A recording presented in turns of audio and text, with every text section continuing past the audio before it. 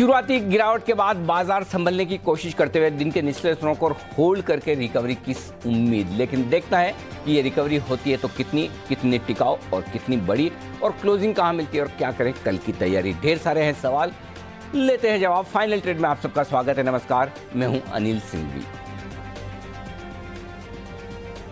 और नमस्कार, मैं हूं दीपांशु भंडारी। हफ्ते की शुरुआत में हमने देखा एक बड़ा गैप डाउन हुआ है, पर बात यही है कि सुबह के लो को होल्ड करा है, तो इसके क्या मायने हैं और आने वाले 1.5 घंटे के लिए बाजार की क्या चाल रहेगी, यही जानेंगे अनिल जी के साथ। पर सर, उससे पहले बताइए इस समय की बड़ी बातें क्या हैं। देश में कोरोना के हालात बेहद खराब हैं दीप, और दिल्ली में भी अब 6 दिनों का लॉकडाउन अनाउंस हो चुका है और निफ्टी 300 अंक लुढ़ककर 14,350 के करीब है। वहीं इंट्राडे में 14,190-91 तक लुढ़का, यानी कि 14,200 के अहम लेवल के आसपास सपोर्ट लिया है। सेंसेक्स अभी 1000 पॉइंट नीचे, बैंक निफ्टी 1200 अंक नीचे। निचले स्तरों से रिकवरी के बावजूद ये हालत है।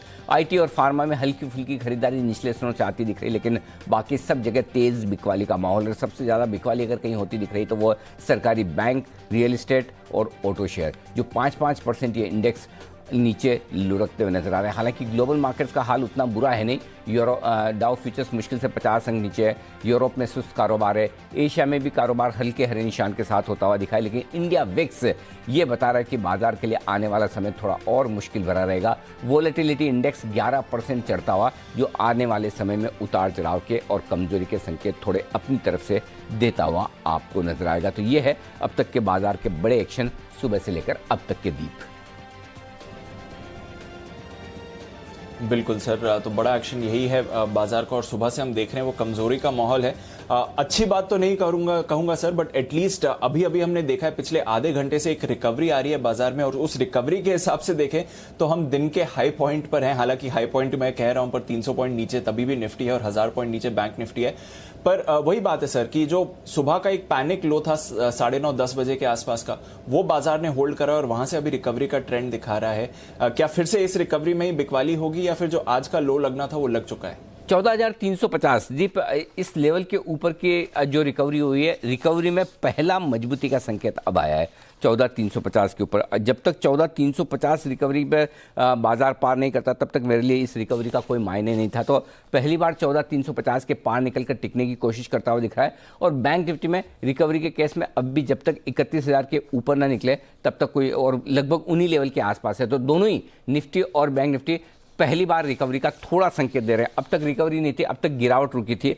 रिकवरी यहां से शुरू होती है 31,000 बैंक निफ्टी से और 14,350 निफ्टी से। लेकिन वाकई में क्या इस रिकवरी में ताकत है? क्या वाकई में इस रिकवरी में हम ये मानकर चलें कि 14,200 के आसपास जो आज का बॉटम बना है वो अगले कुछ समय तक, अगले कुछ दिनों तक बरकरार रहेगा और उसे नहीं तोड़ेंगे? इसके लिए ये बहुत ज़रूरी है कि निफ्टी 14,500-550 की पहली बाधा को पार करके टिके। तो जब तक 14,500, 14,550 आप पार नहीं करते हैं निफ्टी पर, तब तक रिकवरी के बावजूद ये रिस्क, ये खतरा और ऊपर से फिर से गिर जाने का और बिकवाली आने का डर बिल्कुल बरकरार रहेगा। तो आप ये कह सकते हैं दीप कि फ्रेंकली 14,700 के आसपास का हाई आपने बनाया शुक्रवार को, और वहाँ से 14,200-500 पॉइंट आप रिकवर होकर आए। इस 500 पॉइंट गिरे, इस 500 पॉइंट में ज़्यादा से ज़्यादा 200 से 250 पॉइंट आप रिकवर कर सकते हैं। तो वो आपके लिए रिकवरी 14,500-550 के आसपास की बनती है। वहाँ से फिर सिचुएशन रिव्यू करेंगे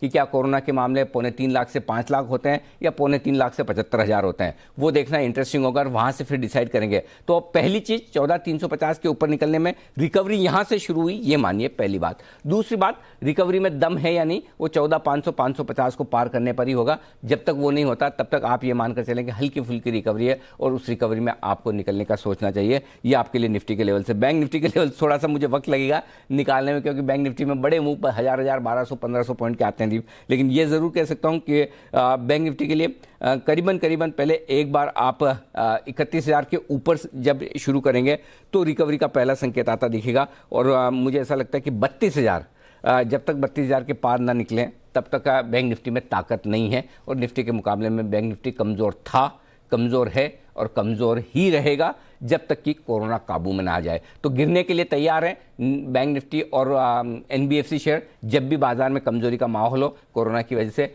और वहाँ पर आपको सपोर्ट देने का काम करेंगे आईटी, फार्मा, एफएमसीजी। और बढ़ने के वक्त भी आप बैंक निफ्टी में रिकवरी थोड़ी लेट देखेंगे। तो कोरोना का इम्पैक्ट मंदी की तरफ बैंक और एनबीएफसी पर, तेजी की तरफ एफएमसीजी, फार्मा, आईटी पर। जी दीप।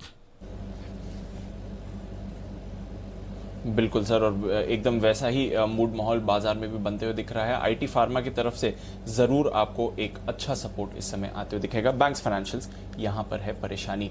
आइए एक्शन को आगे बढ़ाते हैं। थोड़ी देर में हमारे एक्सपर्ट्स भी जुड़ेंगे और जानेंगे कि स्टॉक स्पेसिफिक एक्शन कैसे समझना है बाजार का। उससे पहले आपको बता दें आने वाले कुछ दिनों के लिए अहम इवेंट्स और साथ ही आज के खबरों वाले शेयर्स। मानसी और वरुण हमारे साथ तैयार हैं। मानसी, गुड आफ्टरनून, बताएं कौन से इवेंट्स पर है हमारी नजर। Good afternoon Deepanshu. बुधवार तक के इवेंट्स में बता रही हूं। आज सबसे पहले वायदा बाजार में नतीजे हैं। एसीसी, आईसीआईसीआई प्रूडेंशियल, बाजार बंद होने के बाद नंबर्स आने के अनुमान है।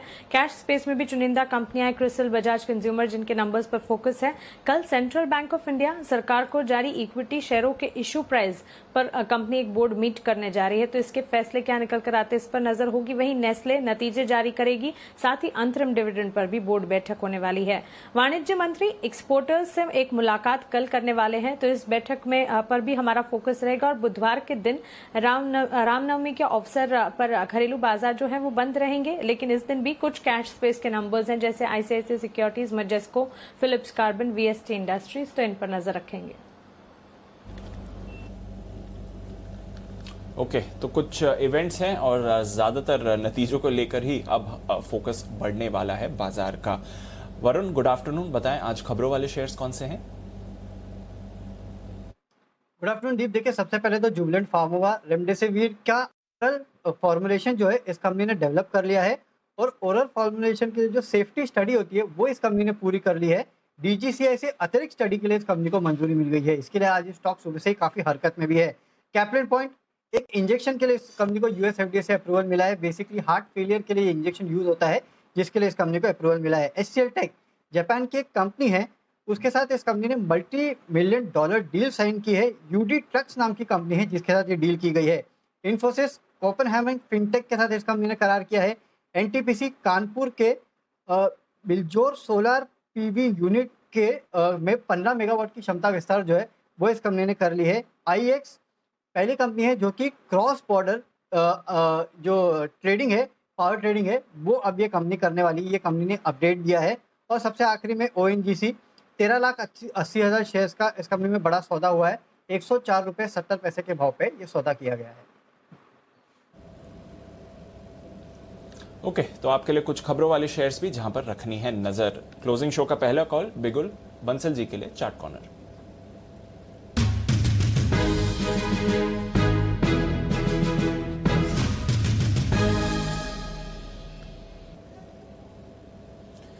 गुड आफ्टरनून बंसल जी, बताएं सर।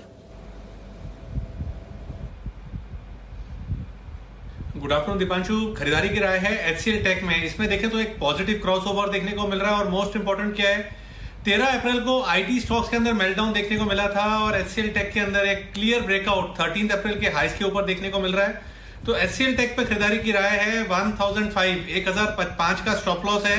1040 पहला टारगेट है, 1048 दूसरा टारगेट है, और एचसीएल टेक है चार्ट कॉर्नर पिक।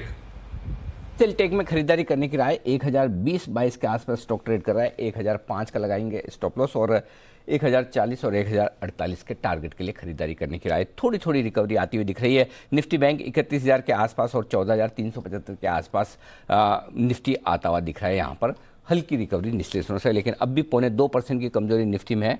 3% की कमजोरी बैंक निफ्टी में आपको नजर आएगी। आइए बढ़ते आगे, और विश्वेश जी हमारे साथ तैयार है। वक्त है विश्वेश का, वो थोड़ी देर में हमारे साथ जुड़ेंगे, और उनसे भी हम, विश्वेश जी से भी हम राय लेंगे। वो थोड़ी देर में हमारे साथ जुड़ने के लिए तैयार है। तब तक सचिन जी तैयार है अपने बीटीएसटी कॉल के साथ। सचिन जी के लिए भी गुड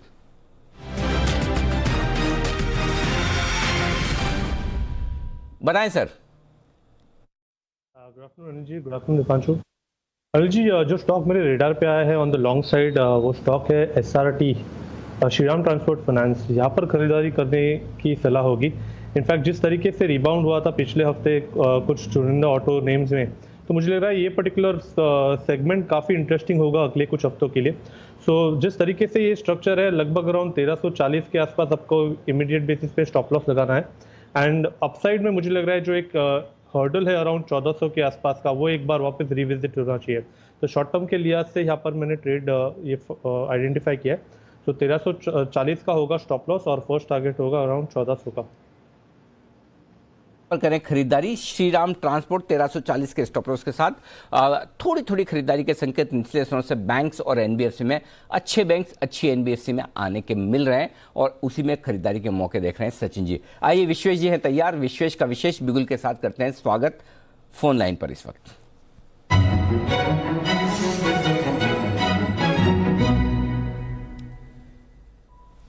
स्वागत है विश्वेश जी आपका। बताएं सर, क्या है स्पेशल कॉल इस वक्त आपके पास?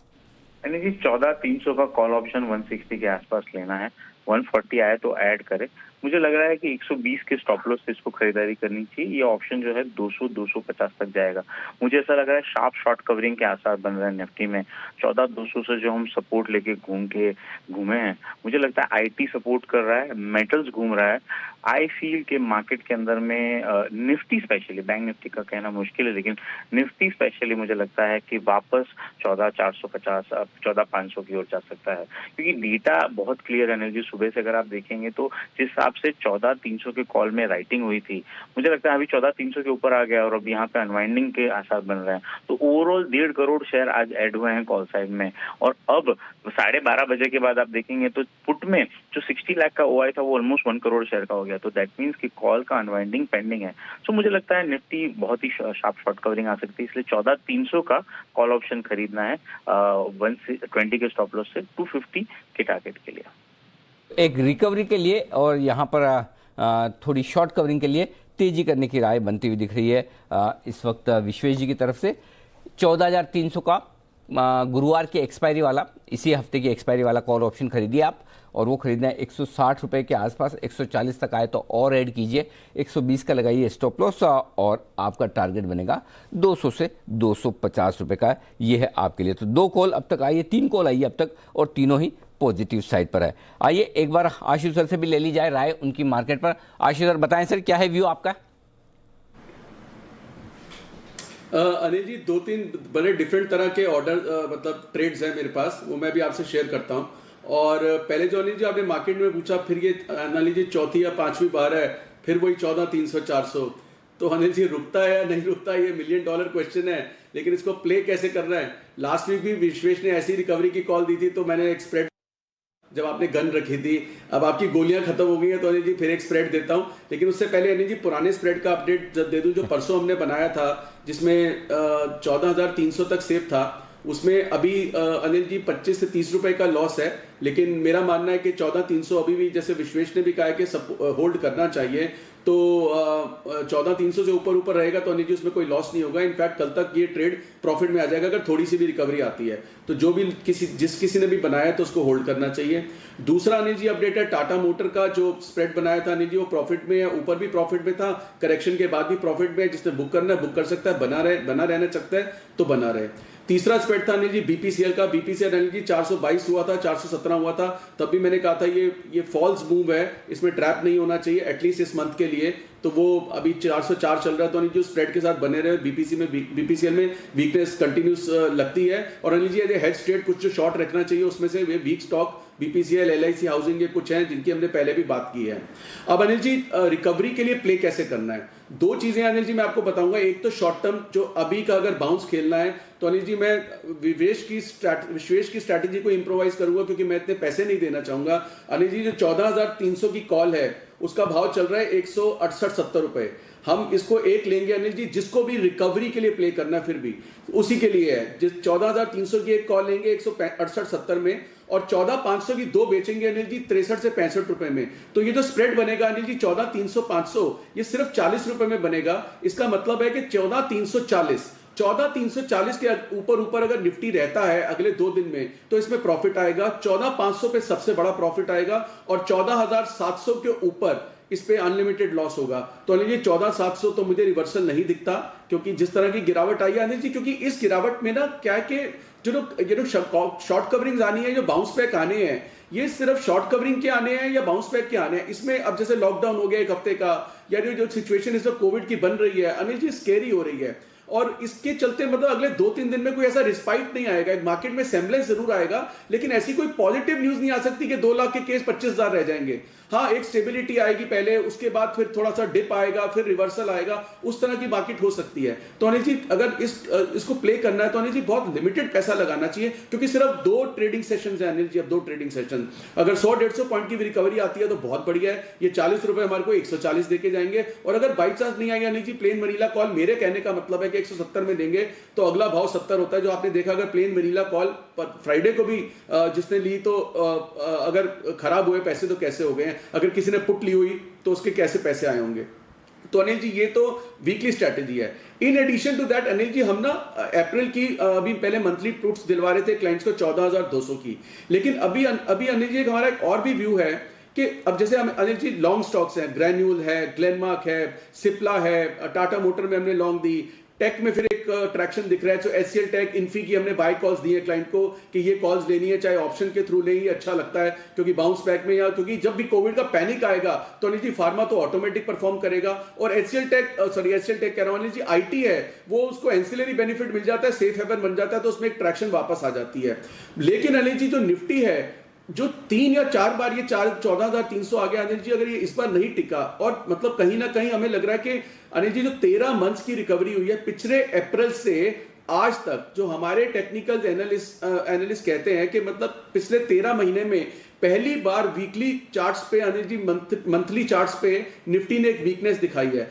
तो अनिल जी इसके साथ हम क्लाइंट्स को ये भी बोल रहे हैं कि ये सब लॉन्ग में पार्टिसिपेट करने के साथ अगले महीने मई एंड की 14,000 की पुट अनिल जी 200 से 250 के बीच में, अभी उसका भाव शायद 240-45 चल रहा है, 200 से 250 के बीच में एक्यूमुलेट करें और उसको एज ए हेज जरूर रखें, क्योंकि उसका भाव अनिल जी 500 या 1,000 रुपए तक जा सकता है अगर ये 13,200 टूटा। अनिल जी 14,200 टूटते ही अगला भाव आपको मतलब बहुत जल्दी 13,800 देखने को मिलेगा, और उसके बाद तो अनिल जी और नीचे जा सकता है। अब ये 4 बार यहां से पलटा अनिल जी, 5वीं बार पलटेगा नहीं पलटेगा डिफिकल्ट क्वेश्चन है, क्योंकि जो सिचुएशन है वो थोड़ी सी कंड्यूसिव नहीं है। बट अगर पलटेगा तो उसके लिए मैंने वीकली स्प्रेड दिया अनिल जी के शॉर्ट टर्म के लिए कैसे करना है, नहीं पलटा तो बाकी अगर लॉन्ग चीजें हैं तो उसके अगेंस्ट अनिल जी वो पुट मे की जरूर एज ए हेज आपके हाथ में होनी चाहिए। मई वाली 14,000 की पुट खरीदनी है, राइट? हाँ जी, मे एंड की अनिल जी, मे एंड की, और वो 14,000 वाली पुट 200 से 250 रुपए में लेनी, करेक्ट? Right sir. ओके, चलिए, अगर अभी आपको ट्रेड करना है तो एक रिकवरी के लिए 14,300 का कॉल ऑप्शन खरीदें, 14,500 के 2 कॉल ऑप्शन बेच दें, सिर्फ 40 रुपये में आपकी बन जाएगी ये कॉस्ट में स्ट्रेटजी। और 14,500 तक पहुंचा तो बेहतरीन मुनाफा होगा। 14,700 के ऊपर अनलिमिटेड लॉस है, और अगर आप थोड़ा लंबा व्यू लेना चाहते हैं मई तक का, तो फिर 14,000 का एक पुट ऑप्शन खरीद कर शांति से बैठ जाएं, जो आपको 200 से 250 रुपये की रेंज में खरीदना है।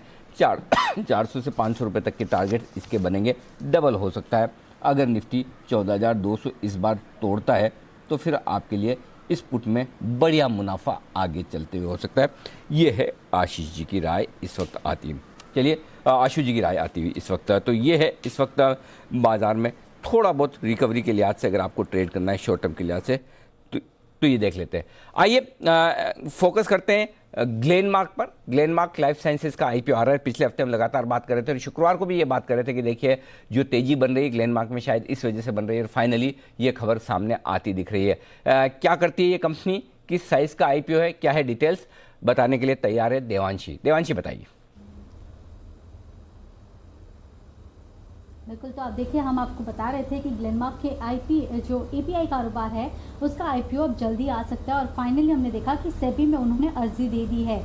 मार्केट आप देखिए जो ओवरऑल ग्लेनमार्क लाइफ साइंसेज है ये एपीआई कारोबार में है, और 2 चीज़ें करती है। एक तो ये जो प्रोडक्शन करती है ये बाहर भी बेचती है, और साथ ही ये जो प्रोडक्शन करती है ये ग्लेनमार्क फार्मा खुद भी यूज़ करती है। तो इनकी जो टोटल सेल्स है उसमें उनकी कैप्टिव सेल्स भी इंक्लूडेड हैं, यानी कि ग्लेनमार्क फार्मा भी इसका इस्तेमाल करती है। लेकिन इसके बावजूद हम देख रहे हैं कि इनकी जो बिक्री है वो लगातार बढ़ती हुई दिख रही है। एपीआई कारोबार को अच्छे वैल्यूएशंस मिलते हुए दिख रहे हैं, और आप देखिए ग्लेनमार्क फार्मा की ये 100% सब्सिडरी है, और कैपिटल एक्सपेंडिचर साथ ही कॉर्पोरेट के उद्देश्यों से ये आईपीओ ला रही है। मैं आपको ये भी बता दूं कि जब ये आईपीओ से पैसे जुटाते हैं उसके बाद अपना जो कर्ज है वो कम करती हुई दिखेगी ग्लेनमार्क फार्मा भी, तो इसके चलते ग्लेनमार्क फार्मा को भी फायदा होता हुआ दिखेगा। इसके अलावा दिसंबर की अगर बात करें, दिसंबर 2020 तक, तो करीब कंपनी के पास 120 मॉलिक्यूल का एक ग्लोबल पोर्टफोलियो था, जो कि काफ़ी बड़ा माना जा रहा है और आने वाले समय में और ज़्यादा जो प्रोडक्ट्स हैं वो ऐड करने पर कंपनी कामकाज करती हुई दिख रही है। प्रोडक्ट पाइपलाइन भी काफ़ी ज़्यादा मजबूत है।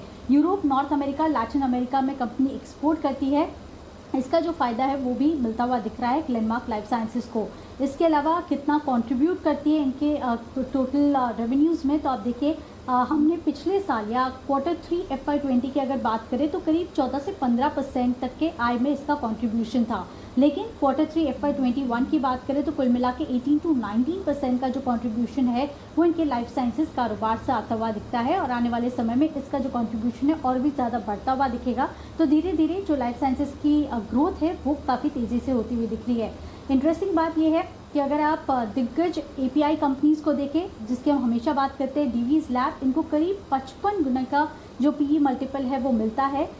तो अब देखना होगा कि ग्लेनमार्क लाइफ साइंसेज को किस तरह से वैल्यूएशंस मिलते हैं। कुल मैं बता दूं 1160 करोड़ रुपए फ्रेश इशू से जुटाने की योजना है उनकी, और साथ ही 73 लाख के जो शेयर्स हैं वो भी बेचती हुई दिखेगी, लेकिन उसका फेस वैल्यू 2 रुपये का है, लेकिन क्या वैल्यू पर बेचेगी वो अभी तक सामने आता हुआ नहीं दिखा है। लेकिन माना यही जा रहा है कि अच्छे वैल्यूएशंस इसकी API कारोबार को मिलते हुए दिखेंगे और साथ ही ग्लेनमार्क फार्मा को भी इसका फायदा होता हुआ दिखेगा। और इसी के चलते आप देखिए पिछले एक महीने में स्टॉक में करीब 25% की रैली ऑलरेडी आ चुकी है और भी ज़्यादा गेंस होने की उम्मीद जो है वो लगाई जा रही है।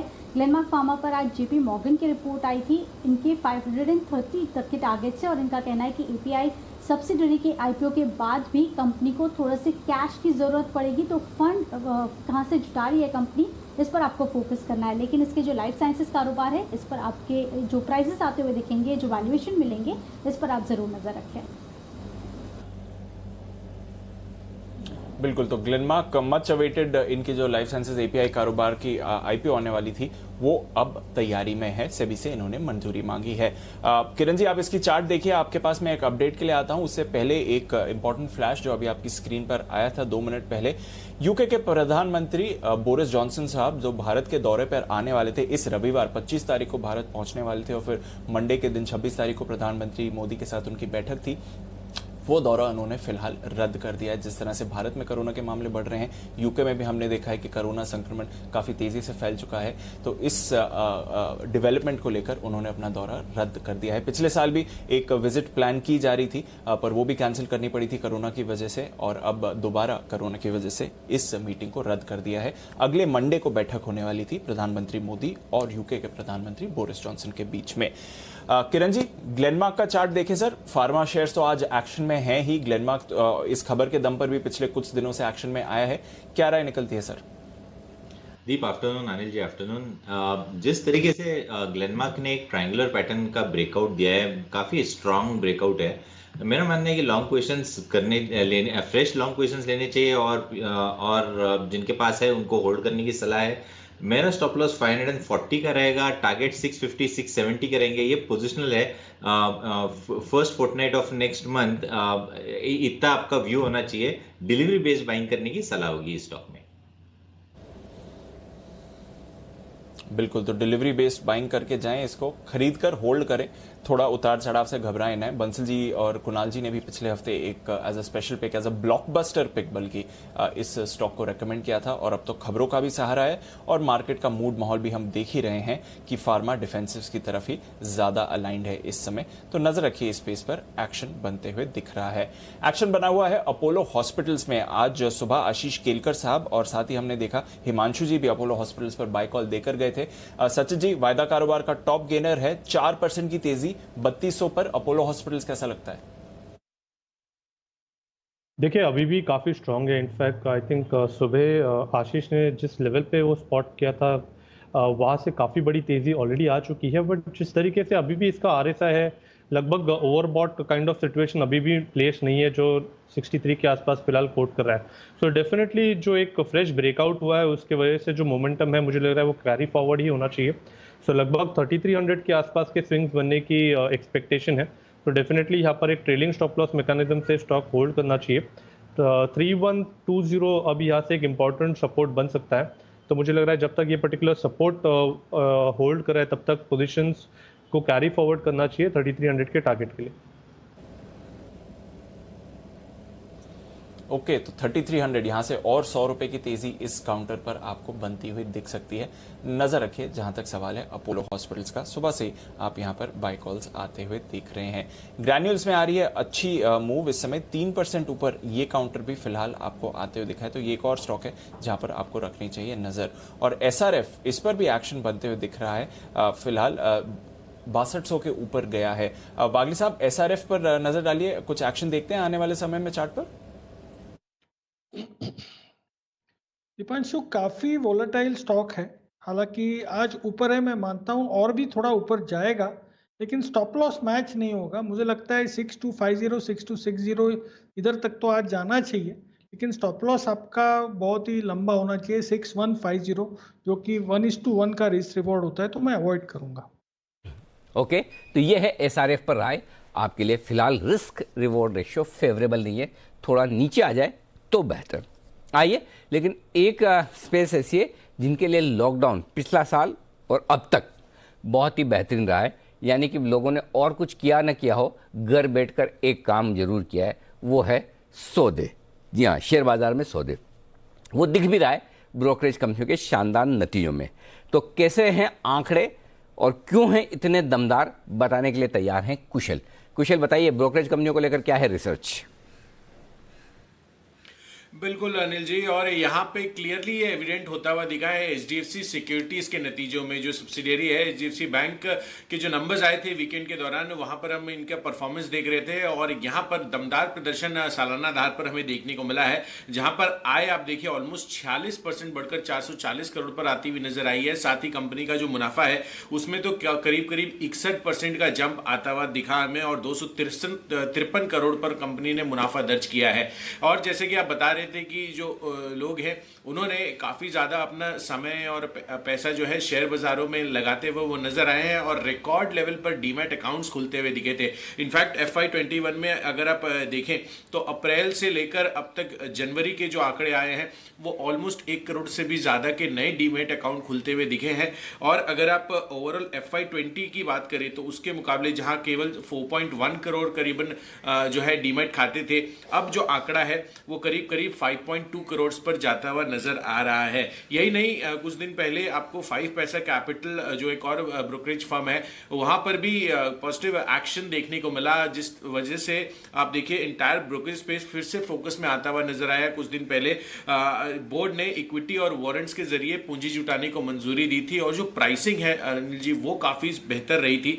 290 प्रति शेयर की क्लोजिंग थी उस समय, और उसकी तुलना में 500 रुपए प्रति शेयर के भाव पर जो है पूंजी जुटाने की जो है कंपनी ने मंजूरी दी है। तो अपने आप में कहीं ना कहीं जिस तरह से प्रीमियम वैल्यूएशन पर ये डील हुई है वो काफी पॉजिटिव है। जो आंकड़े आते हुए दिख रहे हैं FY21 में डीमैट अकाउंट्स के, वो पॉजिटिव है। और अब जो नया सबसे रिसेंट हमें नंबर्स देखने को मिले हैं HDFC सिक्योरिटीज के, काफी अच्छी पॉजिटिविटी आगे के लिए, बाकी अन्य ब्रोकरेज हाउसेस के लिए भी ये इंडिकेशंस है।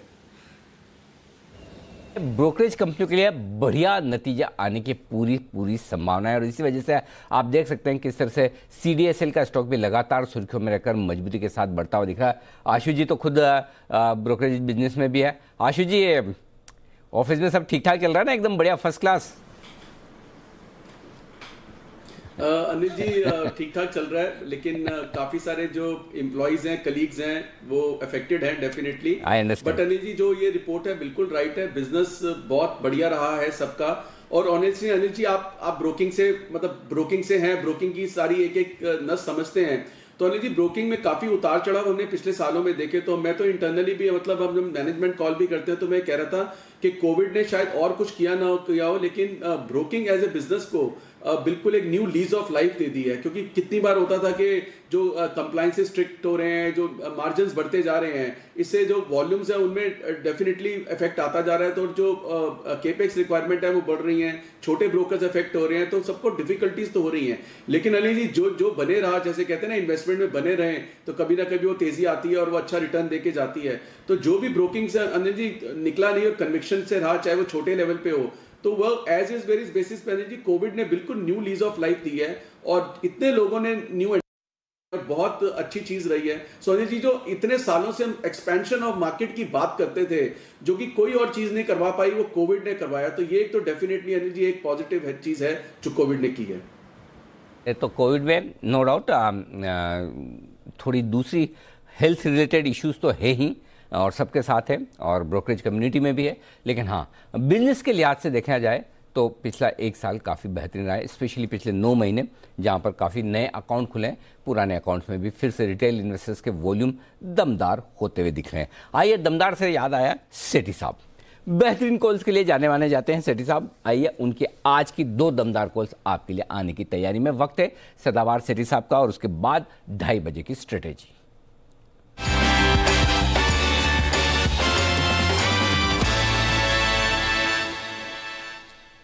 स्वागत है सेठी साहब आपका। बताएं सर, आज किस तरह की कॉल्स हैं आपके पास? Good afternoon Anil ji. बिल्कुल, आज 2 कॉल्स हैं, खरीदारी करनी है बिकॉज मैं एक्सपेक्ट कर रहा हूं कि बाजार में यहां से बाउंस बैक आना चाहिए और बाउंस बैक के लिए प्ले करना वुड बी मोर रिवार्डिंग। तो यहाँ पे 2 खरीदारी करने की सलाह है और दोनों स्टॉक एफ&ओ स्पेस से। ओके, बताएं सर। पहला स्टॉक अनिल जी एक ऐसे सेक्टर से है जिसके फंडामेंटल्स बहुत ही मजबूत है और बाजार का अभी पिछले कुछ दिनों से पसंदीदा सेक्टर है, लेकिन ये जो गिरावट आई है इसमें यहाँ पे भी गिरावट देखी जा रही है। तो मेरा मानना है कि अगर बाजार रिकवर होते हैं तो सबसे पहले ये सेक्टर दौड़ेगा। सेक्टर का नाम है मेटल्स और with in metals steel stocks, और वहां से मैंने पिक किया है दिग्गज कंपनी टाटा स्टील, जिसका कि इंटरनेशनल एक्सपोजर भी बहुत बड़ा है। और मेरा ये मानना है जिस तरह से स्टील के प्राइजेस बढ़े हैं और अभी तो इंटरनेशनल और डोमेस्टिक प्राइजेस में अभी भी 15-20% का डिफरेंस है, मुझे लगता है ये टाटा स्टील का जो स्टॉक जो कि अभी गिर के 890 के लेवल्स के आसपास आ गया है अप्रैल फ्यूचर, यहाँ पे खरीदना चाहिए। 920 के मेरे शॉर्ट टर्म में टारगेट है। स्टॉप लॉस रखना 880 रुपए का। दमदार नतीजे इस क्वार्टर में सभी मेटल स्टॉक से, मेटल कंपनीज के आएंगे और स्टील के तो खास करके जिस तरह से स्टील के प्राइजेस बढ़ी है, स्टील की डिमांड बढ़ी है, आग लगी हुई है, मुझे लगता है ये मौका है एक इस स्टॉक में खरीदारी करने का। तो very strongly bye recommendation on Tata steel at these levels और बहुत ही जल्दी 920 तक के लेवल्स देखने को मिल सकते हैं। तो 20 तक के टारगेट के लिए यहाँ पर खरीदारी टाटा स्टील में 880 रुपए का लगाएं स्टॉप लॉस। बाजार रिकवर होंगे तो मेटल सबसे पहले, क्योंकि ग्लोबल मार्केट से मजबूत मेटल की डिमांड तगड़ी और स्टील कंपनियों के आएंगे दमदार नतीजे। ये तीनों कारण हैं, 3 इक्के आपके हाथ में, जिनके दम पर टाटा स्टील में होगी भरपूर तेजी। सेठी साहब बताइए दूसरा स्टॉक जिसमें होगी तेजी। दूसरा स्टॉक भी अनिल जी उसी सेक्टर से है जो कि अच्छा कर रहा है। इस गिरावट में कोई ज्यादा फर्क नहीं पड़ा है, नतीजे जो आए अभी तक वो भी बहुत अच्छे आए हैं। आईटी सेक्टर, और वहां से जिस कंपनी के अब आने वाले दिनों में नतीजे आएंगे, अभी थोड़े दूर है नतीजे। स्टॉक का नाम है टेक महिंद्रा, जो कि अभी अप्रैल फ्यूचर्स 1008-9 के आसपास ट्रेड करते हैं। यहाँ पे खरीदारी करने की सलाह है। एक दमदार कंपनी है, वैल्यूएशन के लिहाज से भी सस्ती, और जिस तरह से आईटी सेक्टर परफॉर्म कर रहा है ये स्टॉक भी अच्छा करना चाहिए। और मेरा इसमें शॉर्ट टर्म में 1050 का टारगेट है। स्टॉप लॉस रखना है 990 रुपए का। ओके, तो 2 दिग्गज कंपनीज के साथ जाएंगे सेठी साहब। टाटा स्टील यहां पर करे खरीदारी, मेटल्स में आपको अच्छा एक्शन दिख रहा है और ग्लोबल एक्शन के दम पर यहां पर आप खरीदारी कर सकते हैं। और साथ ही टेक महिंद्रा यहां पर भी नजर है। आईटी भी आज होल्ड आउट आपको करते हुए दिख रहा है। शुक्रिया सेठी साहब हमारे साथ जुड़ने के लिए और अपनी बेहतरीन शॉर्ट टर्म पिक्स शेयर करने के लिए। पर आइए 2:30 बज रहे हैं और समय है अनिल जी की मार्केट स्ट्रैटेजी का।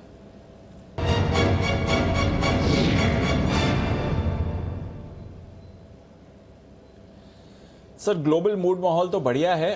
डाउ फ्यूचर्स सुबह से थोड़ी सुस्ती दिखा रहे हैं फ्राइडे की रिकॉर्ड तेजी के बाद, बट मामूली सी गिरावट है। 34,000 के ऊपर ही डाउ फ्यूचर्स होल्ड कर रहे हैं, 50-60 अंक नीचे।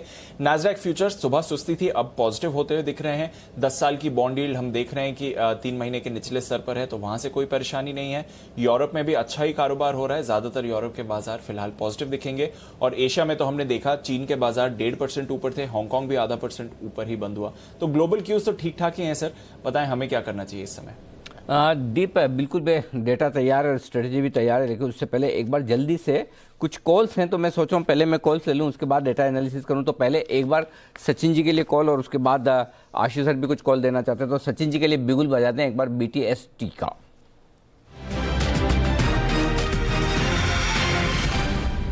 बताएं सचिन जी।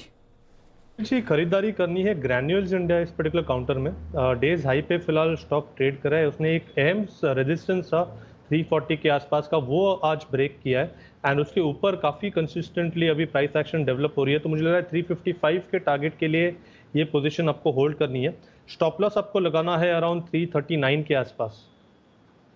ओके, 339, 339, सिर्फ 4-5 रुपए का स्टॉप लॉस बस? जी अनिल जी, इनफैक्ट 341 के आसपास स्पॉट किया था तो 2 रुपए का ही स्टॉप लॉस था। तो मुझे लग रहा है वो लेवल काफ़ी इंपॉर्टेंट है, क्योंकि अगर आप इंट्राडे चार्ज देखें 15 मिनट्स या 30 मिनट्स पे, तो वहाँ पर एक फ्रेश फ्लैग ब्रेकआउट है। सो अगर मोमेंटम है ऑलरेडी जिस तरीके से इसने परफॉर्म किया है थ्रू आउट द डे, तो मुझे लग रहा है अगर मार्केट में और भी थोड़ी सी उछाल आता है या रिकवरी आती है तो ये पर्टिकुलर स्टॉक आज ही अपने टारगेट को हिट कर देगा। तो ये है आपके लिए ग्रेन्यूल्स, आज ही खरीदारी करने के लिए 355 के टारगेट के लिए। अगला बिगुल आशु सर के लिए, स्विंग के सुल्तान आशु मदान।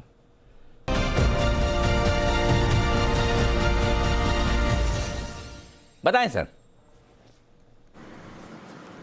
अनिल जी, मैं तो इनफैक्ट जब सेठी जी लाइन पे थे तो आपको मैसेज किया था कि हमने भी एक टाटा स्टील का बुल स्प्रेड दिया है, और मैं बिल्कुल उनके साथ हूं कि जो इस मार्केट में अनिल जी जब घूमेगा मार्केट या जो भी बाउंस बैक आएगा वो मेटल्स और ये फार्मा तो खैर कोविड की वजह से लीड कर ही रहे हैं। मेटल्स में अभी भी बहुत जान है, चाहे वो ग्लोबल प्राइसिंग हो, चाइना वाला एंगल हो या ओवरऑल सिचुएशन हो जो मार्केट की है। तो अभी metal still in spite of this upmove have a long way to go. But Anil ji, हमने टाटा स्टील का स्प्रेड दिया जो मैं आपसे शेयर कर लूं 880 की in the money. Anil ji 900 रुपए का भाव हो गया टाटा स्टील चाहे 899 का, 880 की एक कॉल लेनी है जिसका भाव है अनिल जी 40 रुपए, और 920 की एक बेचनी है जिसका भाव है 20 रुपए। तो अनिल जी इसकी कॉस्ट आती है 20 रुपए। 20 रुपए का कॉस्ट है, मतलब अनिल जी 880 प्लस 20, 900 रुपए का टाटा स्टील आपने ले लिया, और अनिल जी 900 रुपए का फ्यूचर चल रहा है। तो बाजार की जो उथल पुथल है अनिल जी, और आपका सौदा संभला रहे अनिल जी, फिर ये ट्रेड उस लिए है कि आप रॉन्ग होके तो रॉन्ग हो जाए लेकिन राइट होके रॉन्ग ना हो, क्योंकि वो एक गैप डाउन हो जाए और एक लॉकडाउन का खबर आए और वो नीचे खुले और 2 घंटे बाद 6 घंटे बाद ऊपर हो जाए और एंड में आपका सौदा कट जाए। उसको अवॉइड करने के लिए, उस इमोशन को या उस साइकोलॉजी को, एक्सट्रीम लॉस वाली को अवॉइड करने के लिए अनिल जी ये इन द मनी स्प्रेड है। 880 की एक कॉल लेनी है और 920 की एक बेचनी है। 20 रुपए की कॉस्ट है और वो 900 का कॉस्ट आती है आपकी। 880 प्लस 20, 900 का ही फ्यूचर है। और अनिल जी ऊपर का घर अगर जाएगा तो आपको 20 से 30 रुपए में इसमें प्रॉफिट होगा। ऑलमोस्ट आपका पैसा डबल हो जाएगा जो आपने 20 रुपए लगाए हैं। तो टाटा स्टील को इस तरह से लेना है। और अनिल जी एक और डिस्क्लेमर कि हमने ग्रैनुअल्स अभी मैंने पहले भी मेंशन किया था, हमने वो BTST भी दी थी और अपने क्लाइंट्स को, और वो जो सचिन ने कॉल दिया है तो मैं टोटली सचिन के ग्रैनुअल्स के साथ ही हूँ कि 2-4 स्टॉक हैं। इसीलिए अनिल जी मैंने पहले बोला कि ग्रैनुअल्स, HCL टेक, मेटल्स, ये चीजें डिप में लॉन्ग करनी है, उसके हेज में वो पुट लेनी है जो हमने मंथली पुट लेने के लिए बोली है। तो ये है आपके लिए इस वक्त टाटा स्टील पर एक स्ट्रेटेजी। और इस बीच प्रधानमंत्री मोदी आज शाम फार्मा कंपनियों के साथ करेंगे बैठक। जाहिर सी बात है कि दवाइयों की जो अवेलेबिलिटी है उसको लेकर कुछ न कुछ बड़ी चर्चा होगी। तो आज एक बड़ी अहम बैठक प्रधानमंत्री मोदी फार्मा कंपनियों के दिग्गज मैनेजमेंट के साथ करने जा रहे हैं। ये बैठक वीडियो कॉन्फ्रेंसिंग के जरिए होगी और उसमें कोरोना से निपटने के उपायों पर और दवाओं की, वैक्सीन्स की, वायल्स की अवेलेबिलिटी पर विचार किया जाएगा कि किस तरह से इनका प्रोडक्शन बढ़ाने की ज़रूरत है, किस तरह से बढ़ाया जा सकता है, कब तक सप्लाई नॉर्मल हो सकती है और बढ़ती हुई डिमांड को किस तरह से पूरा किया जाए। इसके लिए प्रधानमंत्री मोदी फार्मा कंपनियों के साथ खुद एक बैठक करने जा रहे हैं। ये एक बड़ा डेवलपमेंट होता हुआ। आइए बढ़ते हैं आगे और वागले साहब है तैयार। वागले साहब के लिए बिगुल वागले का wonder.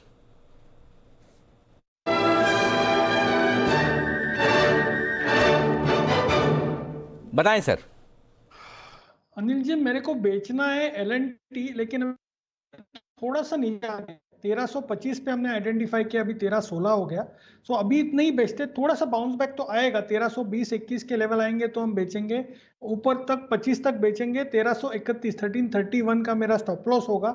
On the down side मुझे लगता है 1285, 1290 तक के स्टॉक 1-2 दिन में आ सकता है।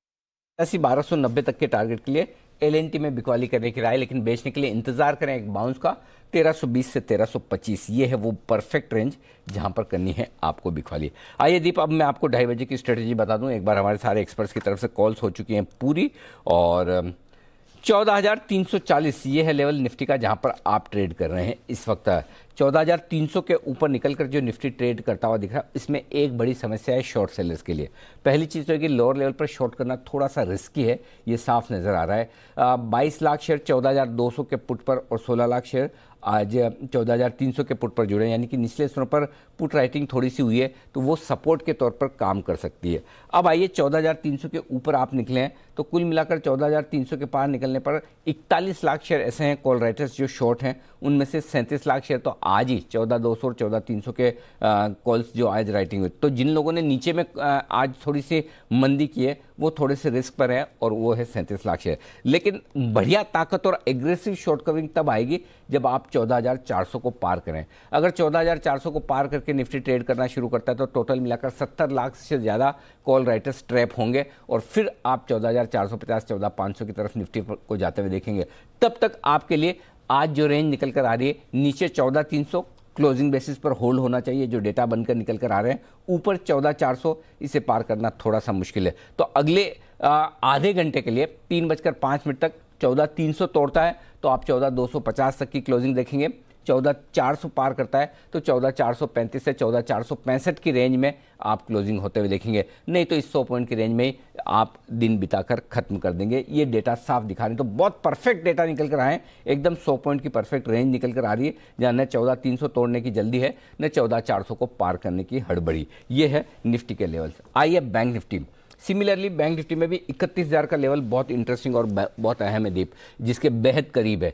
31,000 पार करके अगर 3:05 के पहले टिके तो मजा आएगा। तो आपके लिए 400 पॉइंट की रिकवरी आ सकती है 31,000 के ऊपर। और ऐसा मैं क्यों कह रहा हूँ वो सुनिए। 31,000 के कॉल्स पर 9 लाख शेयर हैं जो सारे के सारे आज जुड़े, तो आज दबाकर 31,000 का कॉल बेचा गया। अगर 31,000 के ऊपर निकलकर बैंक निफ्टी टिक गया तो 300-400 पॉइंट की शार्प रिकवरी बैंक निफ्टी दिखा सकता है। और अगर ऐसा नहीं हुआ तो फिर आपके लिए नीचे 30,500 तक का रास्ता है। तो 30,500 से 31,000 ये है आपके लिए बची हुए समय के लिए रेंज। 3:05 तक देखते किस तरफ बाहर निकलता। तो बेहद इंटरेस्टिंग है, रिकवरी की कोशिश है, अहम लेवल के नज़दीक है, देखते हैं पार होता है या नहीं। तो लेवल्स पर नज़र रखिए, ज़्यादा बढ़िया है। लेकिन दो अच्छी चीज़ है। पहला, शुरुआती पहले घंटे के लोज हमने दिन भर नहीं तोड़े हैं। दूसरा, 14,350 के आसपास और 31,000 के अहम लेवल के आसपास आकर रिकवरी का पहला संकेत देना है। नेगेटिव क्या है, अब भी हर ऊपर के लेवल पर तेजी करने वालों को भी बेचना है और मंदी करने वालों को भी बेचना है। दोनों को बेचना है। तेजी करने वालों को निकलने के हिसाब से बेचना है और मंदी करने वालों को और ऊपर के मौके पर बेचना है। इसलिए आप थोड़ा वॉलेटाइल ट्रेड देखेंगे, लेवल्स और उसको पूरा ध्यान में रखकर फिर आगे आप अपना ट्रेड लें, ये ज़्यादा ठीक रहेगा। दीप। बिल्कुल, तो लेवल्स को रिस्पेक्ट करना इंपॉर्टेंट है। 31,000 इंपॉर्टेंट लेवल है बैंक निफ्टी के लिए। 14,300 का सपोर्ट काफी इंपॉर्टेंट है निफ्टी के लिए। और ओपनिंग लोज बाजार आसानी से होल्ड करते हुए आपको इस समय दिख रहे हैं। पर एक्शन फार्मा में ही है फ्रंट एंड सेंटर। ग्लैन्यूल्स पर नजर रखिए, अभी बात हो रही थी, डेज हाई पर आ रहा है, बल्कि अब वायदा कारोबार का टॉप गेनिंग स्टॉक है। 5.5% की तेजी इस पर आपको आती हुई दिख रही है। सचिन जी की अभी की पिक थी और साथ ही सुबह जय भी इसके बारे में बात कर रहे थे। तो ग्लैन्यूल्स पर है दमदार एक्शन जहां तक फार्मा स्टॉक्स का सवाल है।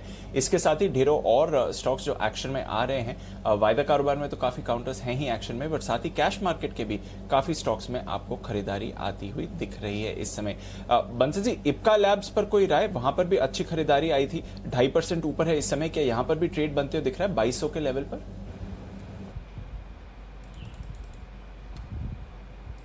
बिल्कुल दीपांशु, इप्का का भी टेक्निकल स्ट्रक्चर काफी अच्छा है और अच्छी एक्यूमुलेशन से स्टॉक निकला है। इसको भी बाय एंड होल्ड करने की राय है। यहाँ पर 2130 नीचे में एक अच्छा सपोर्ट है और दीपांशु काफी समय बाद स्टॉक निकला है और ये स्टॉक का जो पहला टारगेट बैठता है वो बैठता है 2296 का। 2296 2296 इसका टारगेट है। खरीदारी की राय है इप्का में भी। ओके, तो 100 रुपए की तेजी यहां से आपको आती हुई दिख सकती है। 2296, लगभग 2300 के टारगेट्स के लिए इप्का पर आपको रखनी है नजर। आइए स्वागत करते हैं निफ्टी के निशानेबाज नितिन मुरारका का।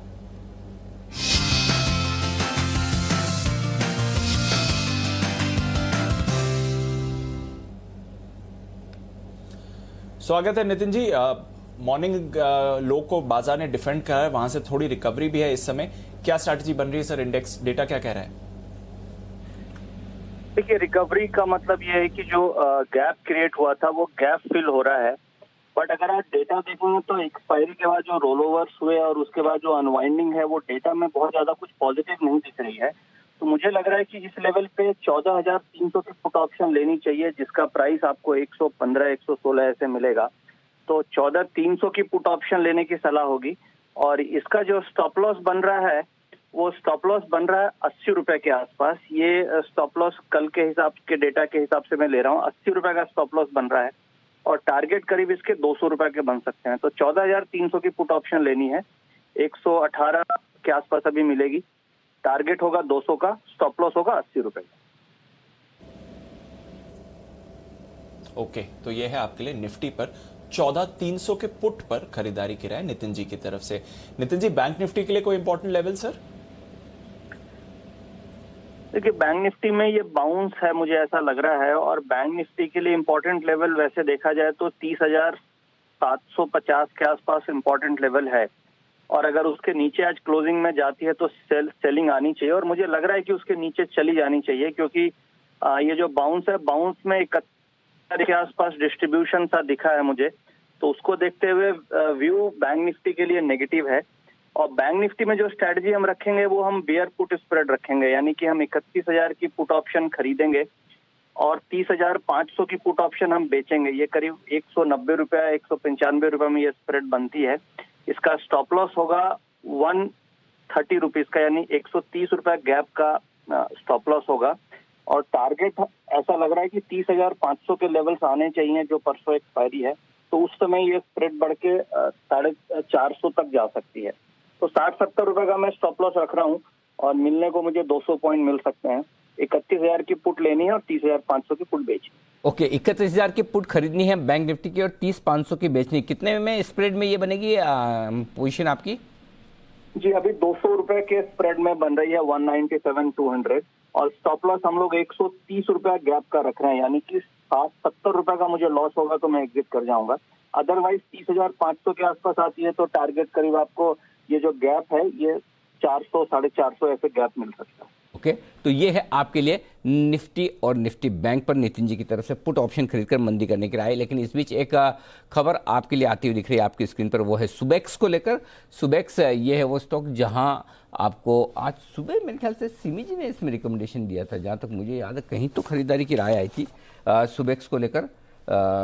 हाँ, सिमी जी ने कहा था यहाँ पर 10 की कमाई में 54 और 59 के लेवल के लिए। और ये स्टॉक यहाँ पर नया आर्टिफिशियल इंटेलिजेंस ऑटोमेशन प्लेटफॉर्म 22 अप्रैल को कंपनी लॉन्च करने जा रही है। यह है बड़ी खबर। यहाँ पर एआई ऑटोमेशन प्लेटफॉर्म 22 अप्रैल को कंपनी करने जा रही है। तो ये बड़ी खबर आपके लिए आती दिख रही है इस वक्त। इस खबर पर फोकस करेगा सुबेक्स लिमिटेड के लिए। चार्ट पर मजबूत था, 7% की तेज उछाल दिखाता हुआ ये स्टॉक, और 22 अप्रैल को ये लॉन्च होने जा रहा है। सुबेक्स, जरा इसके चार्ट देखिए बंसल जी और जल्दी से बताइए क्या लेवल्स इंपॉर्टेंट है। मुझे याद है शायद पिछले हफ्ते आपकी रिकमेंडेशन लिस्ट में था।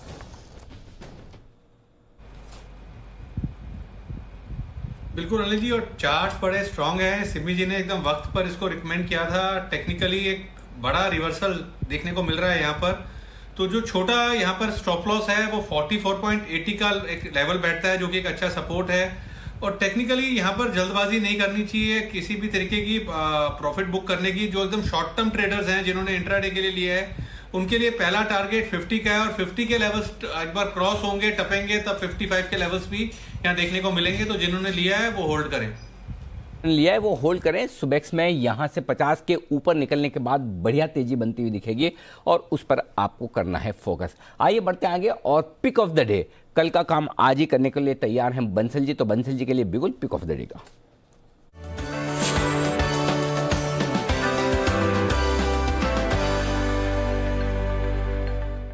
बताएं सर।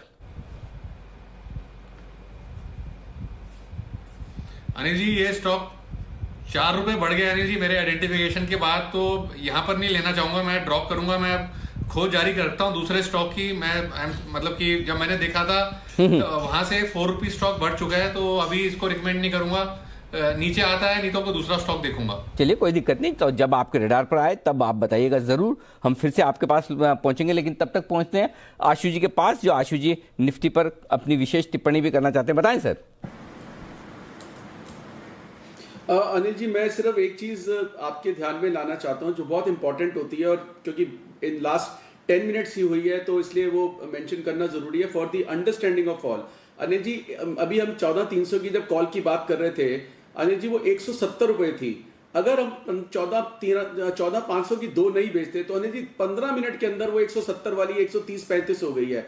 मींस 25% आपका जो प्रीमियम है अनिल जी 10 मिनट में उड़ जाता है अगर आप प्लेन वनीला कॉल लेते हैं। तो इसलिए मैंने अगर कहा था अनिल जी कि अगर किसी को रिकवरी के लिए प्ले करना है, पहली चीज अगर रिकवरी के लिए और प्ले करना है तो अनिल जी 1:2 बनाना बहुत जरूरी था। ऊपर में अनिल जी कोई अभी टेंशन नहीं दिखती है, टेंशन बार बार मैं बोल रहा हूं 14,300-200 टूटने की नीचे की है। ऊपर में रिकवरी अगर 100-200 पॉइंट की आएगी तो अनिल जी वो बहुत मतलब आती है नहीं आती, that's a $1 million question. But अगर आती है तो अनिल जी वो रूट वो अडॉप्ट करना है। नहीं तो अब ये देखिए जो मैं एक लाइव मार्केट में 15 मिनट में ये कहना चाह रहा था कि 25% प्रीमियम 10 मिनट के अंदर उड़ जाता है अनिल जी अगर आप इस आईवीज पे प्लेन वनीला कॉल्स लेते हैं। अभी वो 170 वाली 135 हुई, अगर 65 वाली जो हमने बेची अनिल जी वो भी 20 रुपए घटी है, उसमें 40 रुपए आ रहे हैं। तो इस घटने पे 5 रुपए का प्रॉफिट हो रहा है। अगर किसी ने 40 में वो स्प्रेड बनाया था अभी अनिल जी 45 से 50 रुपए में बनेगा। तो अनिल जी ऊपर की कॉल जरूर बेचना, उसके लिए अनिल जी मार्जिन जरूर लगता है, जो मुझे बार बार लोग ट्विटर पे भी और मैसेज करके ही पूछते हैं कि मार्जिन नहीं है। लेकिन बिना मार्जिन के अगर अनिल जी इस मार्केट में काम करेंगे तो बस ऐसे ही है, तो अनिल जी फिर तुक्केबाजी वाली बात हो जाती है। ओके, तो थोड़ा ध्यान से और पोजीशन हेज करके ट्रेड करें। कवर्ड कॉल्स बेटर एक्शन रहेगा इस समय। ये है आशु जी की तरफ से आपके लिए इस समय का अपडेट। बट नजर रखिए, थोड़े स्टॉक्स हैं जो दोनों तरफ के मूवमेंट आपको इस समय दिखा रहे हैं और काफी सारे कैश स्टॉक्स में आपको अच्छा एक्शन बनते हुए दिख रहा है। मार्केट में तो ऑफकोर्स उतार चढ़ाव है, बट कैश स्टॉक्स काफी सारे इस समय आपको पार्टिसिपेट करते दिखा रहे हैं। एलगी इक्विपमेंट पर नजर रखिए, 14% ऊपर ये स्टॉक है। सुप्रीम पेट्रो पर नजर रखिए, 11.5% की तेजी इस काउंटर पर भी आपको बनती हुई दिख रही है। तो कुछ स्टॉक्स हैं बाजार में जो आपको अच्छा एक्शन दिखा रहे हैं और टाटा एलेक्सी वापस मोमेंटम में आते हुए दिख रहा है। थोड़ी सुस्ती हुई थी किरण जी पिछले हफ्ते जब आईटी स्टॉक्स पर दबाव आया था, ये भी 5% 6% गिरा था, बट वापस तेजी पर आते हुए दिख रहा है किरण जी और वापस 3,000 के ऊपर टाटा एलेक्सी। क्या चल रहा है इस चार्ट में सर, और यहां से कोई ट्रेड दिखता है? बिल्कुल, बहुत ही शानदार चार्ट पैटर्न है। 2800 का बेस है इस स्टॉक के और आज भी लगभग उन्हीं लेवल्स को टेस्ट करते हुए ओपनिंग में देखने को मिला, उधर से ही डिमांड देखने को मिली और मेरा मानना है कि ऑल टाइम हाइस के आसपास वापस एक बार ट्रेड करना चालू कर दिया है। 3100 3120 ये एक स्विंग हाइज है जो रेजिस्टेंस का काम करेंगे। ये एक बार निकल जाए तो एक नए दायरे में चला जाएगा और एक अच्छी खासी अपमूव आपको देखने को मिलेगी। ऑल टाइम हाइज में रहेगा तो मेरा मानना है कि आपको ट्रेलिंग स्टॉप लॉस का इस्तेमाल करना चाहिए। अभी 2900 का मेरा ट्रेलिंग स्टॉप लॉस रहेगा। 3100 के ऊपर मैं एग्रेसिव होकर बाय करने की सलाह दूंगा।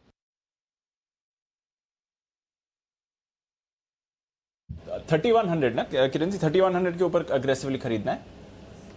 बिल्कुल बिल्कुल, 3100 के ऊपर एग्रेसिवली होकर बाय करना है।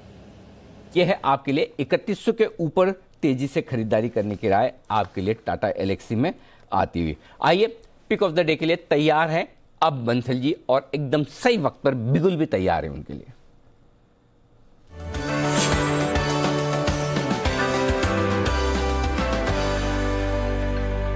बताएं sir. Anil ji, stock pick of the day का है but pick of the week को क्वालिफाई करता है और स्टॉक है विप्रो।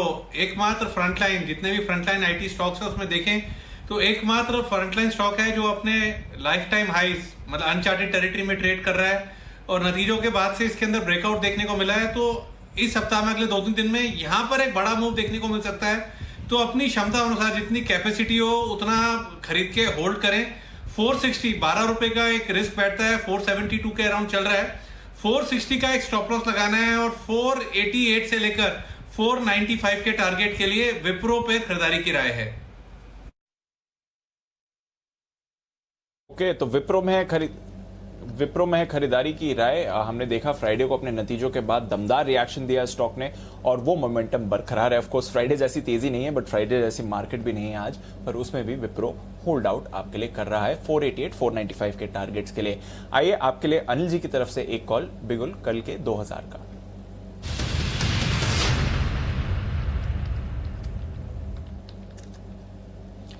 बताएं सर।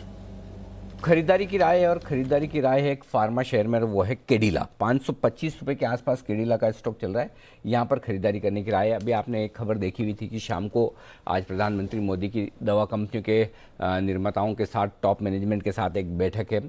उस बैठक में जाहिर सी बात है रेमडेसिविर और कोविड से जुड़ी हुई जो भी दवाएं हैं उनके प्रोडक्शन को बढ़ाने पर विचार किया जाएगा, और जो कुछ भी इन कंपनियों को ज़रूरत है वो दी जाएगी। साथ ही कंपनी से कहा जाएगा कि आप प्राइसेस कंट्रोल में करें। इंटरेस्टिंग बात है कि कैडिला भी वैक्सीन बना रहा है, उनकी वैक्सीन की अप्रूवल अभी आनी बाकी है, लेकिन उससे पहले रेमडेसिविर की उन्होंने प्राइसेस काफ़ी तेज़ी से घटाया, और उम्मीद यह है कि उनके लिए जो फ्रेश अप्रूवल जो किट्स वगैरह की है वो भी जल्दी आती हुई दिखेगी। जिस तरह की डिमांड है उसको देखते हुए मुझे लगता है कि एक इंटरेस्टिंग अगले 2-3 ट्रेडिंग सेशन कैडिला के लिए हो सकते हैं। आज का लो जो है 514 रुपये का, वहाँ पर आप स्टॉप लॉस लगाकर खरीदारी कीजिए। कल तक के लिए एक दिन के लिए, कम से कम कल तक के लिए यहाँ पर खरीदारी कीजिए। 534, 540 और 550 ये 3 टारगेट रखकर आपको खरीदारी करनी है। नीचे में 514 का स्टॉप लॉस लगाना है, और ऊपर में 534, 540, 550 के टारगेट के लिए कैडिला में खरीदारी करने की राय। तो ये है स्टॉक जो आगे चलते हुए बढ़िया एक्शन दिखा सकता है, कुछ बढ़िया डेवलपमेंट हो सकते हैं। कोविड की वैक्सीन की भी ये तैयारी कर रहे हैं, और किट्स के लिए भी कुछ बढ़िया अप्रूवल्स इन्हें मिल सकती, तो उसका फ़ायदा इन्हें ज़रूर मिलेगा। बिल्कुल, तो कैडिला पर रखिए नजर। एक और बेहतरीन फार्मा स्टॉक आपके लिए जहां पर आप खरीदारी करके चल सकते हैं। कैडिला से एक्सपेक्टेशन हाई है इस समय, नजर रखिए इस काउंटर पर 540, 550 के फाइनल टारगेट्स के लिए। तो आइए कैडिला पर तो नजर रखेंगे, और फार्मा स्टॉक्स में अच्छा एक्शन ही है, बट आज के बिगेस्ट लूजर्स हैं आपके लिए सारे के सारे बैंकिंग और फाइनेंशियल नेम्स। 1000 पॉइंट नीचे है बैंक निफ्टी, और वायदा कारोबार में one of the top losers है एयू स्मॉल फाइनेंस बैंक। आज तो काउंटर में गिरावट आ ही रही है, पर साथ ही एयू स्मॉल फाइनेंस बैंक के लिए और क्या एक्शन है ये जानते हैं देवांशी के साथ। देवांशी, बताइए क्या चल रहा है एयू स्मॉल फाइनेंस बैंक? बिल्कुल, आप देखिए एयू स्मॉल फाइनेंस बैंक, अब अनुमान यही बन रहा है कि जिस तरह से पार्शियल लॉकडाउन्स, जिस तरह से कर्फ्यूज अब एक्सटेंड होते हुए दिख रहे हैं, तो इन सब का जो असर है वो ज़्यादातर एयू स्मॉल फाइनेंस बैंक पर ज़्यादा आता हुआ दिखेगा। सबसे पहली बात, जो एमएसएमई पोर्टफोलियो है, रिटेल पोर्टफोलियो है, वो काफ़ी बड़ा है कंपनी का, और इसके चलते इनकी कलेक्शन एफिशिएंसी पर ज़रूर इम्पैक्ट आता हुआ दिखेगा। लेकिन अब देखिए जो मैनेजमेंट है उनका ये भी कहना था कि जब भी दूसरी लहर आती है तो थोड़ी सी मुश्किलें ज़रूर होगी, और अब हम वो दूसरी लहर देख रहे हैं, तो इसके चलते इनकी कलेक्शन एफिशिएंसी पर इम्पैक्ट होगा। यही नहीं, अब देखिए ज़्यादातर इनका जो पोर्टफोलियो है वो 4 राज्यों में है। राजस्थान में सबसे बड़ा पोर्टफोलियो है, 40% से ज़्यादा का पोर्टफोलियो इनका राजस्थान में है, और वहाँ पे लॉकडाउन हो चुका है। साथ ही मध्य प्रदेश में करीब 16% का पोर्टफोलियो है, महाराष्ट्र में 13 से 14% का पोर्टफोलियो है उनका, और गुजरात में करीब 10% का। और ये 4 राज्य हैं जहाँ पे सबसे ज़्यादा केसेस आ रहे हैं, और लॉकडाउन अब धीरे धीरे एक्सटेंड होते हुए दिख रहे हैं। तो इसके चलते हम देखेंगे कि जो छोटे कारोबार हैं इन पर सबसे ज़्यादा इम्पैक्ट होता है। हालांकि ये सिक्योर्ड पोर्टफोलियो है, लेकिन इसके बावजूद जो कलेक्शन है वो काफ़ी ज़्यादा डिलेड होते हुए दिख रहे हैं, और इसका असर कंपनी पर होता हुआ दिखेगा। ऑलरेडी कंपनी ने काफ़ी प्रोविजंस किए हैं, तो माना जा रहा है कि अगर ये एक्सटेंड और होता है, या अभी कलेक्शन एफिशिएंसी में और ज़्यादा दिक्कत होती है, तो इनको प्रोविजंस और बढ़ाने पड़ सकते हैं। अब देखिए पिछले तिमाही की अगर हम बात करें तो इनके प्रोफोमा जो एनपीएस थे, ग्रॉस एनपीए करीब 3.3% के थे, और जो नेट एनपीएस है वो करीब 1.3% के थे। अब एनालिस्ट ये मानते हैं कि नेट एनपीएस करीब 1.5% तक बढ़ते हुए दिखेंगे, और ग्रॉस एनपीएस करीब 4.5% तक होने की संभावना है। तो कुल मिला के एयू स्मॉल फाइनेंस बैंक वहीं पे लोकेटेड है। ज़्यादातर उनकी ब्रांचेस उन्हीं राज्यों में हैं जहाँ पे सबसे ज़्यादा केसेस आ रहे हैं, और लगातार जो लॉकडाउन्स हैं, कर्फ्यूज़ हैं, वो एक्सटेंड होते हुए दिख रहे हैं। ओके, तो ये है आपके लिए एयू स्मॉल फाइनेंस बैंक, और कुछ अहम राज्य जहां पर इनके बड़े एक्सपोजर हैं, बड़ा क्लाइंट बेस है, वहां पर हम देख रहे हैं कि कोरोना के रेस्ट्रिक्शंस बढ़ते हुए दिख रहे हैं, तो उसका भी इफेक्ट आपको आ रहा है। सुबह हमने देखा वायदा कारोबार का टॉप लूजर था, वहां से थोड़ी रिकवरी हुई है, पर अभी भी 6.5% की गिरावट है इस काउंटर पर इस समय। सच जी, एयू स्मॉल फाइनेंस के चार्ट देखिए, वापस 1000 के ऊपर तो है ही, क्या यहाँ पर सपोर्ट लेते हुए दिखते हैं, या फिर और गिरावट आ सकती है इसमें? दीपांशु, काफ़ी डिफिकल्ट होगा, बट जिस तरीके से यहाँ पर एक इम्पॉर्टेंट लेवल था अराउंड 1040 के आसपास, वो ब्रेक हुआ है, एंड नीचे मुझे लग रहा है मेजर सपोर्ट अभी स्टॉक के लिए अराउंड 945, 935 के रेंज में ही है, जो इसका 200 डे एक्सपोनेंशियल मूविंग एवरेज है। तो फिलहाल तो मैं यहाँ पर खरीदारी करने की सलाह नहीं दूंगा। इनफैक्ट मुझे लग रहा है किसी की एग्जिस्टिंग शॉर्ट पोजीशन है तो कैरी फॉरवर्ड करनी चाहिए। स्टॉप लॉस उनको लगाना चाहिए अराउंड 1055 के आसपास। ओके, तो 1055 के आसपास स्टॉप लॉस लगाइए और गिरावट आ सकते हैं एयू स्मॉल फाइनेंस बैंक में, और यहाँ पर तो एक फंडामेंटल ट्रिगर भी है जो स्टॉक को और नीचे गिरा सकता है। इस बीच विक्स वापस ऊपर जाते हुए दिख रहा है, डेज हाई के करीब विक्स आ रहा है, 11% ऊपर आप इस समय विक्स पर एक्शन देख रहे हैं, तो वहां से भी आप बाजार की वॉलेटिलिटी का अंदाज लगा सकते हैं। इन्फो एज में थोड़ा मूवमेंट हो रहा है। बंसल जी जरा इन्फो एज के चार्ट देखिए, क्योंकि हम देखते हैं वीक बाजार में भी ये कभी ना कभी अपना इंप्रेशन बना ही देता है, और अभी भी इन्फो एज में थोड़ा एक्शन आते हुए दिख रहा है। क्या समझना चाहिए और इन लेवल्स पर इन्फो एज पर क्या राय रहेगी?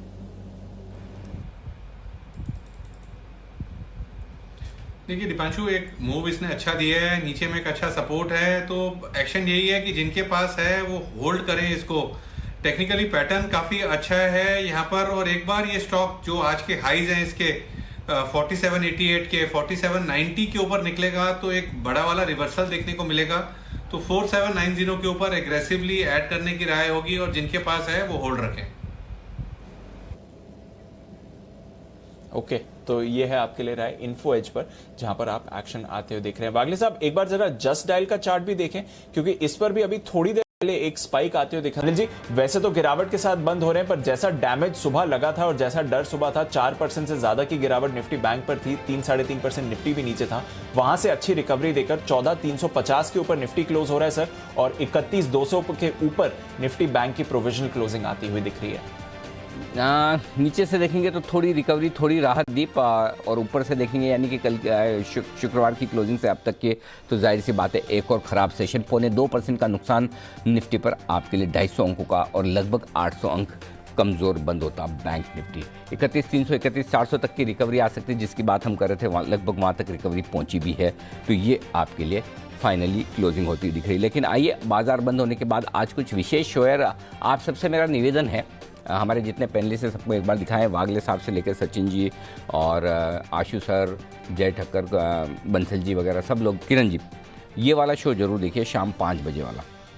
और आज इसमें एक विशेष चर्चा है, क्योंकि जिस तरह से कोरोना के मामले बहुत ज़्यादा आ रहे हैं, तो लोग बड़े थोड़े से परेशान हो रहे कि ऐसा कैसे हो रहा है। पिछली बार भी जब कोरोना आया था 1 साल पहले, तो घर में किसी को एक जन को हो गया, उसका टेस्ट कराया, उसका पॉजिटिव आया, बाकी लोग कभी हार्डली मतलब एक साथ 3-4-5 लोगों को हो गया।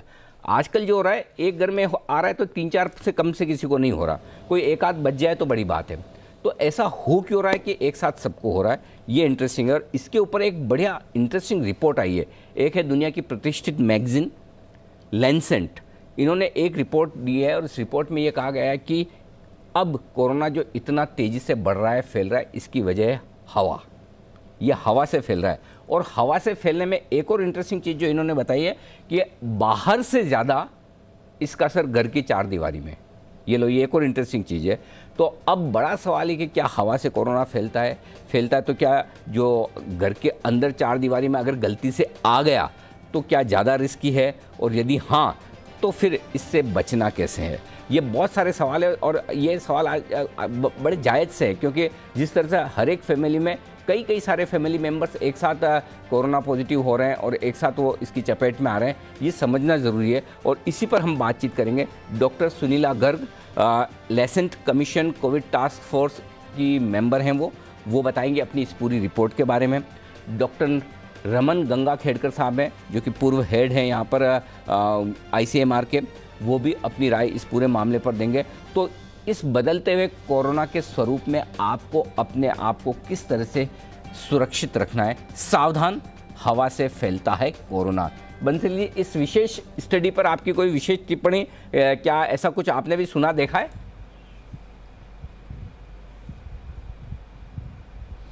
बिल्कुल अनिल जी, ये सुना है, लेकिन अनिल जी आपका तो एकदम मतलब कि जो होता है ना, वो एकदम क्विक एंड फास्ट है। अभी मैं भी अनिल जी पूरी तरह से अवेयर नहीं हूँ, बट इतना मालूम है कि घरों के अंदर अनिल जी खिड़कियों को खोल के रखना चाहिए, वेंटिलेशन बनाए रखना चाहिए। तो अभी जिस रूम से मैं कर रहा हूँ अनिल जी, शो खत्म करने के बाद पहला काम यही करना है कि यहाँ पर बैल्कनी का डोर खुलेगा, AC बंद होके, तो प्रॉपर वेंटिलेशन अनिल जी घर के अंदर भी होना चाहिए, जो भी आपने बोला है। और इसके बाद की जो चीजें हैं, मतलब इसके साथ की जो चीजें हैं, उससे मैं अवेयर नहीं हूँ, तो उसके बारे में तो अनिल जी शाम नहीं का तो 5 लेकिन बजे का शो देखने के नहीं, बाद इसमें ही, क्या बता पाऊंगा। नहीं तो और कोरोना knowledge का बढ़ा रास्ता पाऊंगा, क्या है, तो 5 बजे मतलब का शो- नहीं कोरोना क्या बेल बजा के मेन डोर से अंदर आके खिड़की से बाहर निकलेगा?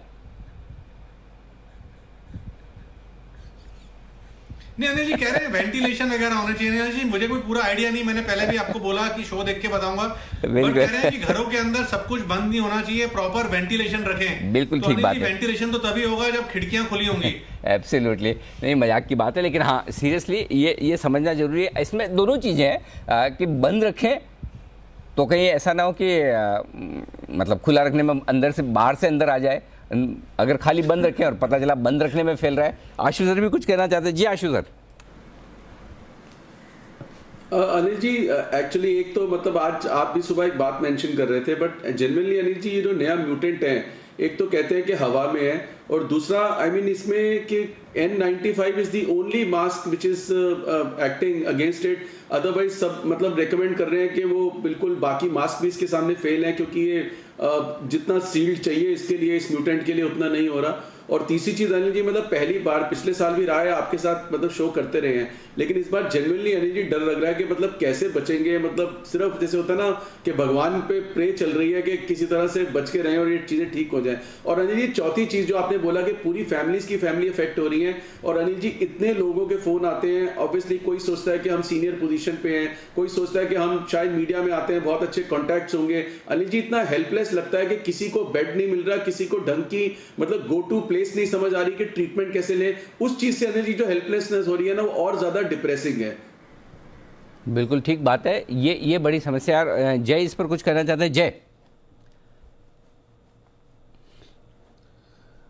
जी अनिल जी, एक स्टडी है और मैंने ऐसा पढ़ा है कि जिसे भी कोविड होता है और सांस की प्रॉब्लम होती है, एनर्जी की प्रॉब्लम, ये ऑक्सीजन की प्रॉब्लम होती है, इनफैक्ट मैं कहूँगा तो वो कैम्फर जो हम बोलते हैं कपूर, वो सूंघते हैं तो अच्छा रहता है, उससे रिकवरी थोड़ी फास्ट होती है। और अगर ये हवा से ही अगर इतना हो रहा है घर में भी, अगर राकेश जी को अगर वो वेंटिलेशन वगैरह करना पड़ा, तो मैं कहूँगा कि ऐसे भी नवरात्रि चालू है, रामनवमी आ रही है, वो अगर आरती करेंगे कपूर की तो अनिल जी वो थोड़ा माहौल भी अच्छा रहेगा, और आई थिंक हवा में वो जो प्रॉब्लम रहेगा कोरोना का वो मिट सकता है उससे। यस बिल्कुल, एयर प्योरीफायर जिसको कैम्फर यानी कपूर कहते हैं, वो इस मामले में सबसे आगे रहता है, तो इसका इस्तेमाल ज़रूर करें। अच्छा आइडिया दिया है जय ने भी, बिल्कुल ध्यान में रखें। तो चलिए, ये तो शाम का 5 बजे का शो है, और इसके बाद शाम का 6:30 बजे का शो। कोरोना से बचाव के लिए जैसे मास्क ज़रूरी है, वैसे ही आपके लिए आपका जो कुछ भी फाइनेंशियल मैनेजमेंट है, इससे बचने के लिए भी आपको फाइनेंशियल मास्क लगाना जरूरी है। यानी कि फाइनेंशियल मास्क का मतलब है इमरजेंसी में काम आने वाला आपका पैसा। इस मुश्किल समय में कैसे आप अपने ज़रूरी खर्च पूरे करें, और इसके साथ ही 2 गज की दूरी के साथ इस काल में आप ऑनलाइन घर बैठे हुए अपने फाइनेंस को प्लान करें। इसके लिए ये विशेष शो है इमरजेंसी का फाइनेंशियल मास्क, मनी गुरु में शाम 6:30 बजे ज़रूर देखिएगा। हमारे साथ होंगे जाने माने पर्सनल फाइनेंस विशेषज्ञ हेमंत रुस्तगी साहब। इसके बाद रात को 8 बजे इंडिया 360, बेहद खास मुद्दे हैं आज। सबसे पहला जो आज का कवर स्टोरी होगा वो पहली लहर पिछले साल की और दूसरी लहर इस साल की, इसका पूरा एनालिसिस होगा। और डेथ रेट जिस तरह से बढ़कर आ रही है, दूसरी लहर में कितनी मौत, ये होगी पूरी आपके लिए स्टडी की, कितनी खतरनाक, कितनी परेशान करने वाली ये दूसरी लहर है, इसको ज़रूर देखिएगा। एक और इंटरेस्टिंग न्यूज़ पीस है, आईटी कानपुर की एक स्टडी है, दिलचस्प स्टडी है, जो कह रही है कि 7 राज्यों में 25 अप्रैल के बाद कोरोना काबू में आ जाएगा। इस स्टडी पर भी पूरी तरह से विस्तार से करेंगे बातचीत, अप्रैल तक कोरोना पर काबू। इसके अलावा भयानक संक्रमण काल में भी क्या किसानों को आंदोलन की जिद पर अड़ा रहना चाहिए, किसानों की जिद तोड़ेगा कोरोना, ये एक और खबर है जिस पर आज पूरा विश्लेषण होगा। और देखिए इंडिया की पॉजिटिव स्टोरी, कैसे संकट काल में सोशल मीडिया से लेकर कॉर्पोरेट एक दूसरे की कर रहे हैं मदद, संकट में एकजुट इंडिया। तो हर तरह की स्टोरी, राजनीति से लेकर मेडिकल से लेकर आपका मनोबल बढ़ाने वाली एकजुट इंडिया की, ये सारी 8 से 9 बजे के बीच में ज़रूर देखिएगा इंडिया 360 डिग्री। आइए आप फाइनल क्लोजिंग आपके सामने रख दूं। 14,359 ये है क्लोजिंग, 258 अंकों के नुकसान के साथ 0.25% नीचे निफ्टी, बैंक निफ्टी 2.5% नीचे 31,208 के आसपास, और सेंसेक्स 0.2% नीचे 882 अंकों के नुकसान के साथ 48,000 से थोड़ा सा नीचे। विदा लेने का वक्त है। आशु सर, वागले साहब, बंसल जी, सचिन जी, जय ठक्कर और साथ ही किरण जी, आप सबका बहुत बहुत धन्यवाद हमारे लिए वक्त निकालने के लिए। विदा लेने का वक्त है, मुझे और दीप को इजाज़त दीजिए। कल सुबह आप सबसे होगी फिर मुलाकात। नमस्कार।